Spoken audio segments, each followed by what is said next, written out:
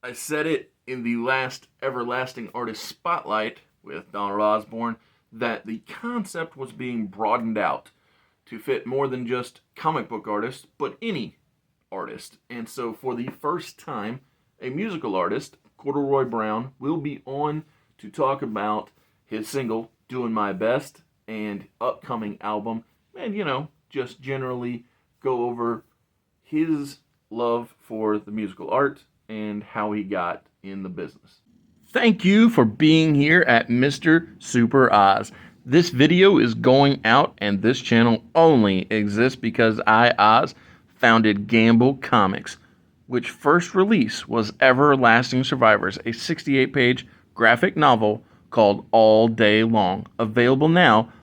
Follow the link in the description that will take you to gamblecomics.com. While there, you can get hats, shirts, posters, much, much more, but most importantly, the story itself.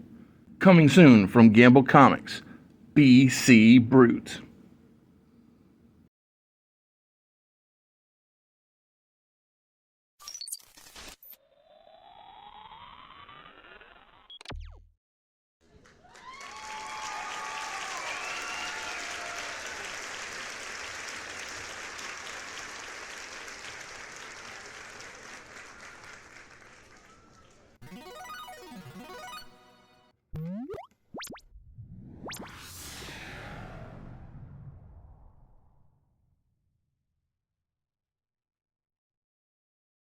Corduroy Brown, thank you for joining me in this broadened version of the Everlasting Artist Spotlight.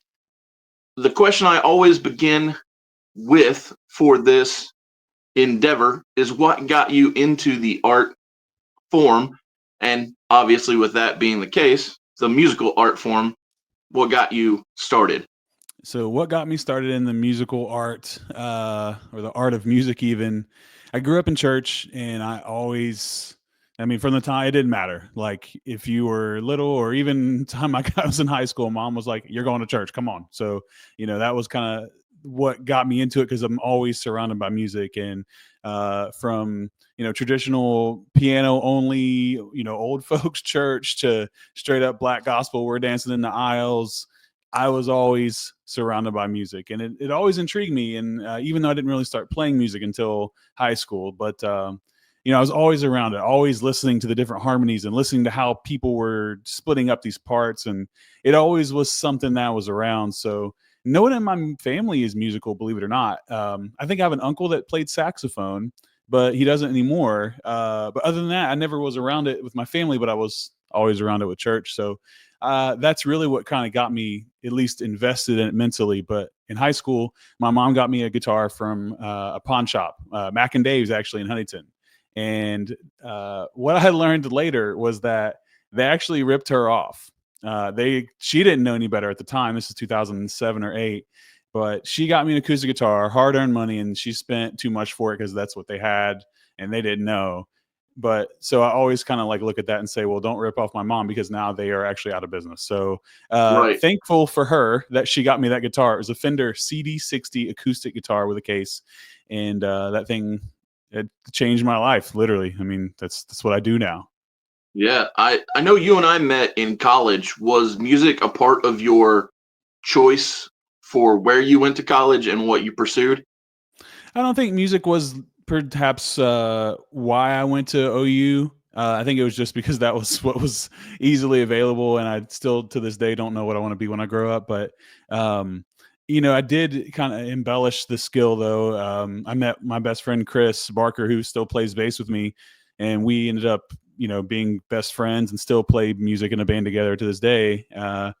But and I played at some of those like brown bag concert series, and that was me cutting my teeth, learning songs with like a guy named Ronnie Pierce and Rob Stewart. And I feel like everywhere I go, I'm surrounded by music or musicians. So, and that's obviously where you and I met. So that's it's kind of full circle to be talking about it here with your show, and kind of nuts to see how it all works out.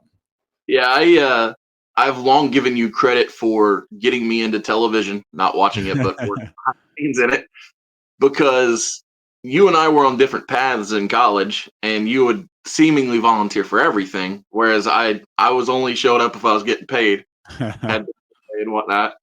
But you stood up for me when nobody knew who I was, and I've always appreciated that about you. But yeah, I thoroughly enjoyed the time at OU. Like you said, Rob Stewart and so many countless friends that to this day are people that I can just rely on.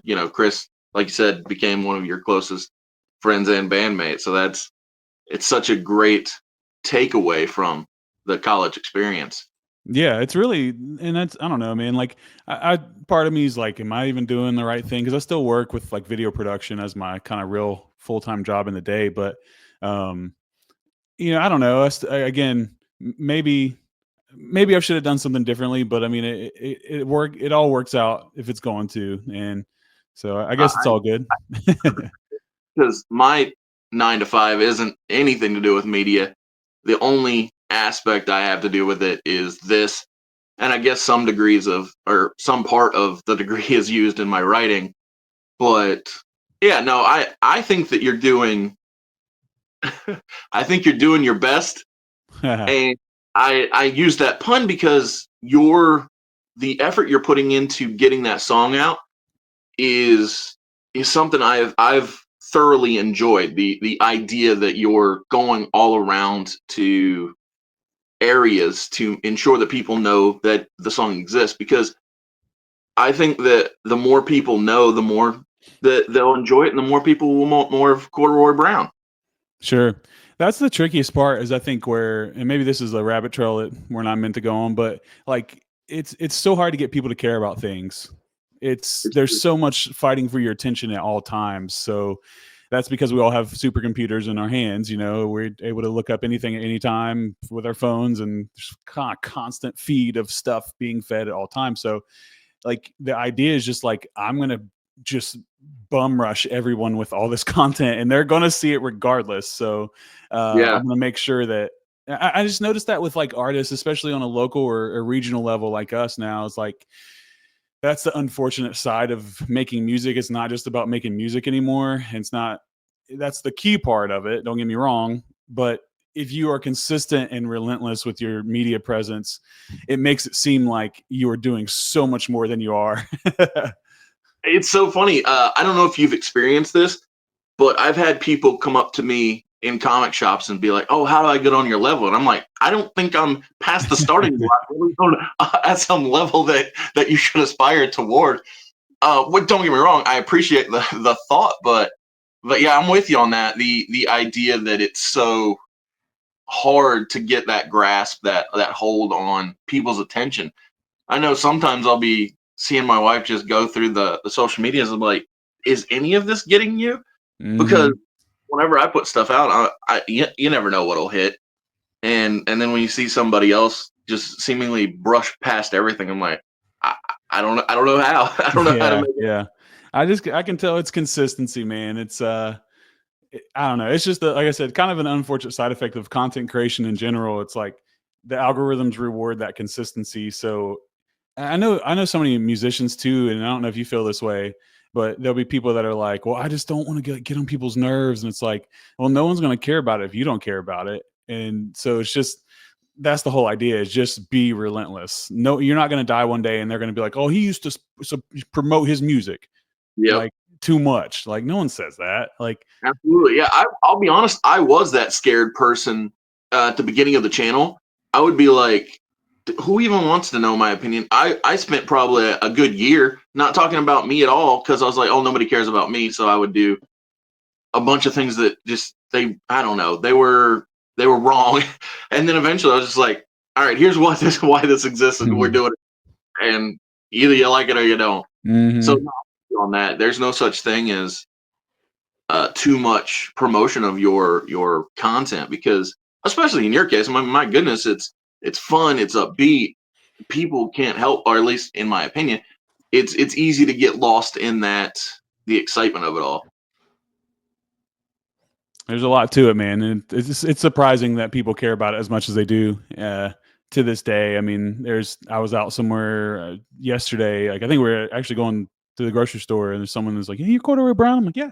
Like that, it truly blows me away that because it happens quite a bit, especially like around Huntington or especially in Kentucky. Like we play a lot in Kentucky. It's just interesting, and I don't take it for granted. It's kind of mind blowing sometimes that people care as much as they do. So it's Yeah. pretty nuts I'm a sometimes. big fan of, like I said, or like you said, your relentless nature of striving to make it happen. And so I think that is a lot of why people take notice of your music. How many albums are available to be gotten? Where can people get them? Right now, there's a full length album that actually came out in 2021. That was called "Let Me Know." We dropped like an acoustic sort of EP, I think the next year, and then there's been a few singles here and there, like a single called "Medicine." We just did the "Doing My Best" single that just came out this year. The next full length album is in the works right now. We have 5 or 6 songs done. And then we should be hitting that out probably in the summer of next year with a couple more singles leading up. But yeah, I mean, if people search Corduroy Brown on Spotify or Apple Music or YouTube, there will be only me. There's one other Corduroy Brown, but he's Canadian and he's like a tiny white guy with long hair and a mustache. That is not me, if you could imagine. So I always find that amusing, the surprising nature of things like that, where it's like, who would ever guess that there'd be another corridor? yeah, there's also like there's so many scam accounts and fake accounts at this time because Facebook refuses to do anything about it, and it's like you can only report and block as many. Like there's just so many. So make sure to find the one with the check mark, because there will be hundreds from New York or random places with locked accounts that are just trying to bot people. It's just ridiculous. But look for Oh, me. that's I have a check mark. it's crazy that people want to be fake you. It's like, and I don't see, and that's I don't know if they. It's like because I'm doing anything really. I think it's just because my stuff gets a lot of interaction. Like, I don't Oh, think it's okay. because I'm like a big name by any stretch. I think they're just like something with 60 to 100 comments or whatever. They're hoping to get in there and hey, I'm the real Corduroy Brown. You should like, yeah, it's so ridiculous. Oh, yeah, yeah, yeah. It is. That's mind blowing. The idea that And they're that all com- from New York. It's like, bro, what are you doing? Like, uh, so in 2025, like you said, that you've got another album coming out. Do you have upcoming, or what are your upcoming dates in 2025 for performances? there's not a ton. Well, I take that back. There's a ton being worked on right now. We're kind of putting together some like runs and tour stops so we can do, multiple stops in the same like run. It's so hard to kind of get my head around it all because we have a booking agent, luckily, and he's kind of got the grandmaster scheme of it all. But That's really cool. there's a couple like early January and February, like kind of 1 or 2 things here and there. But we'll get ready to do a big announcement post whenever. We're probably not going to start hitting it super hard until like March or April. Just I don't want to get out on the road when it's freezing cold, I mean, and it's so hard to get people out. yeah, especially when roads can be treacherous. No, I totally understand that choice.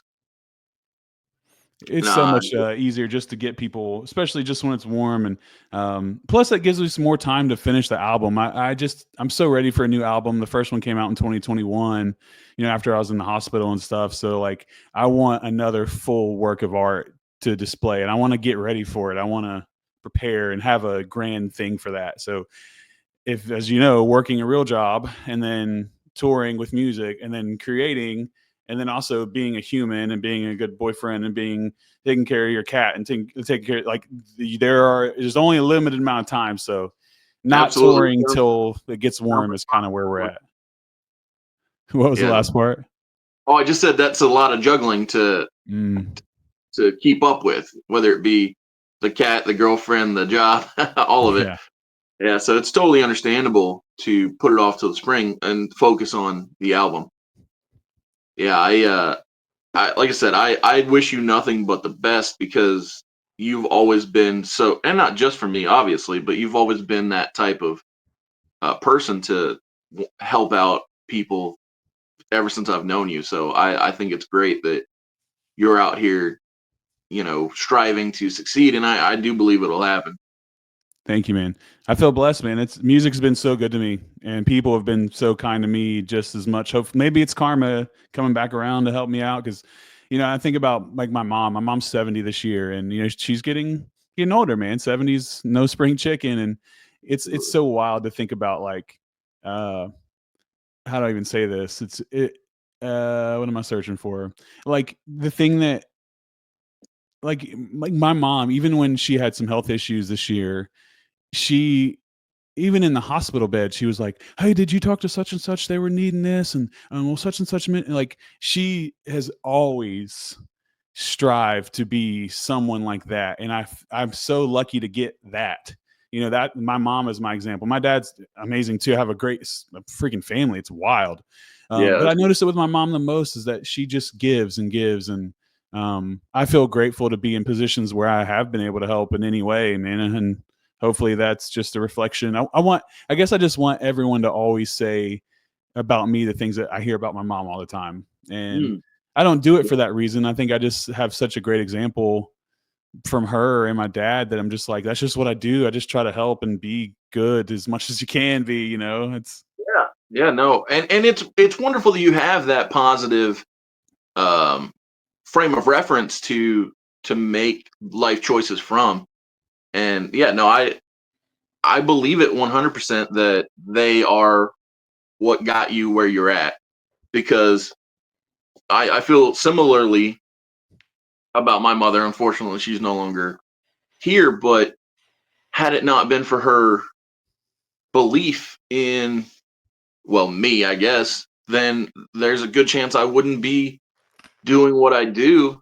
And so no, I'm totally with it. And it's also not, it wasn't just her, because like I have other family members who have basically tried to, I feel like, step up and say, hey, whatever you're doing, I got your back. And yeah, it's invaluable, that mindset and that attitude.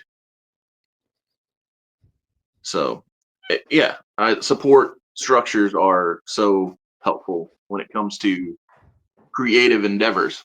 oh yeah, it's So you hard to said balance it that, all, man. say again? I said it's just so hard to balance it otherwise, for sure. Yeah, for sure. So you said that you're working on more songs for the album in the coming year. How many songs do you anticipate being on the upcoming album? I'd love to do between 10 and 12. I mean, I think 10's the minimum. We'll see what happens. I mean, maybe we get 12 and we'll say, the other two suck. We don't need to put them on there or something. But I think at least 10, maybe albums aren't the best. I don't know. Albums are, to me, I think it's more about presenting a whole work of art. And that's what I really want to do is like, there'll be people that say just do singles and all this stuff. But I truly want an album. So at least 10 songs. And, yeah, I'm really proud So, of what we got so far. oh, absolutely. So, one of our former classmates at OU, I can remember buying his album back probably 10 years ago now. Hmm. And I said to him, I was like, how does it feel to have made it? And it's funny because Blake was like, I ain't made nothing. What are you talking about? And I just had the wrong impression at the time of thinking, oh, it's physically here, so it's bound to blow up. And to me, Tomorrow Lives album was, you know, rock solid and a lot of fun, but unfortunately, they're no longer together, and so you just never know when things are going to hit or be the right thing. But I agree that one solid outing with a finished album is so important, because it's a mission statement. It says this is who we are. This is what we're about. And I still listen to the album to this day. And I'll reach out to him when I can and just make sure he's good. But yeah, no, I agree that the finished product is very important, and singles, while enjoyable, aren't the same. So I agree with your perspective on that. Yeah, man. There's just more. I don't know. We live just the way it's all set up, and I hate to sound like that guy that's like, well, no, it's all set up against you. You need to be on a big label. It's you really. The thing is, you don't really need labels as much as you did back in the day. Hmm. Social media is everything, and if you utilize it correctly, I mean, my friend Nolan Taylor, we played a show with him back in 2022, I think, or three, whichever it was, maybe in early 2023, and he was almost about to give up on music. He'd been going kind of hard for a little bit, he was working at Lowe's. He was just like not caring about music. And a song that he did in 2020 got released. They released a video and it went mega viral, like stupid crazy. He now he's signed to Atlantic Records. He does not world tours, like national touring at all times, selling out large theaters and not quite arenas yet, but he's still selling out 700 to 1,000 people. I guarantee it. Which is That's I mean, that's freaking insane. Like, absolutely. and selling them out consistently. And I just imagine if he just quit before that release. Like, Oh, absolutely. Yeah. It's funny. So there are times when I'll be set up at a comic shop and I'll sell, I don't know, half a dozen books. I'm happy. I'm like, hey, I made 6 new fans, if you will. And like you said, to be selling out 700 to 1,000 seat arenas, that's amazing. That's exactly the growth that we're looking for, because to go from a Lowe's to 1,000 seats is amazing. yeah, man. I always encourage people just like even it's just so worth it to to not give up on yourself. It's like, a majority of us, we're probably never going to quote make it, but like right now music for me is good to me. It's not I don't know that I'd be comfortable enough touring on music myself like without a real job yet, but like I don't know, man. It's just so worth it in the grand scheme of things to just create and give yourself out to the world and do something that you love. It's just we're all gonna be gone one day. It's Yeah, it, it's true. So like there's a guy that I think of, I won't say often, but occasionally, who wrote a musical and he died on opening day. Jonathan Larson wrote Rent, well, composed, whatever, wrote, Mhm. composed, and he died on opening day. Well, he didn't see the success of the musical, but everybody who has enjoyed it appreciates the effort that was put in. And while I'm not saying that I want to necessarily go all my entire life and not see success, I am willing to go my entire life without seeing success and not stop pursuing it, because who knows, maybe it'll be successful when I'm no longer here, and at least I will have made the effort. Because the upcoming project that's releasing in spring of 2025 for Gamble Comics, the artist and I were talking. He was like, "Oh, this! I hope this is a hit." And I was like, "Whether it's a hit or not, I'm not stop writing. Like, we're gonna keep pushing forward until something takes off." And so that was the reason I brought up the idea of Jonathan Larson, and just the idea that because we don't see the success immediately is no reason to stop pursuing the passion that you have for creating. The passion is what makes like I feel like authenticity and that passion is always going to be the most important piece of it all. I mean, there will be the trends and viral stuff will be there. And if you can hit while those trends are hot, great, do that. But those trends will always change. Those viral moments will always be changing. So if you can create something authentic rather to you or whomever, that's really what's going to hold up long. I mean, think about think about the Beatles. I'm not even really a Beatles fan. I'm just thinking about like that is forever music. There are some songs everyone from now to the end of the time will sing "Hey Jude." I mean, Mhm. And that's just what it was. well, it doesn't have to be the Beatles. It could be Elvis. Whatever is something that is just going to be here forever. I understand your point. Yeah, man. Authenticity is always key. And again, because like I could go on TikTok and do all the trends, but I would forever be chasing all of the trends.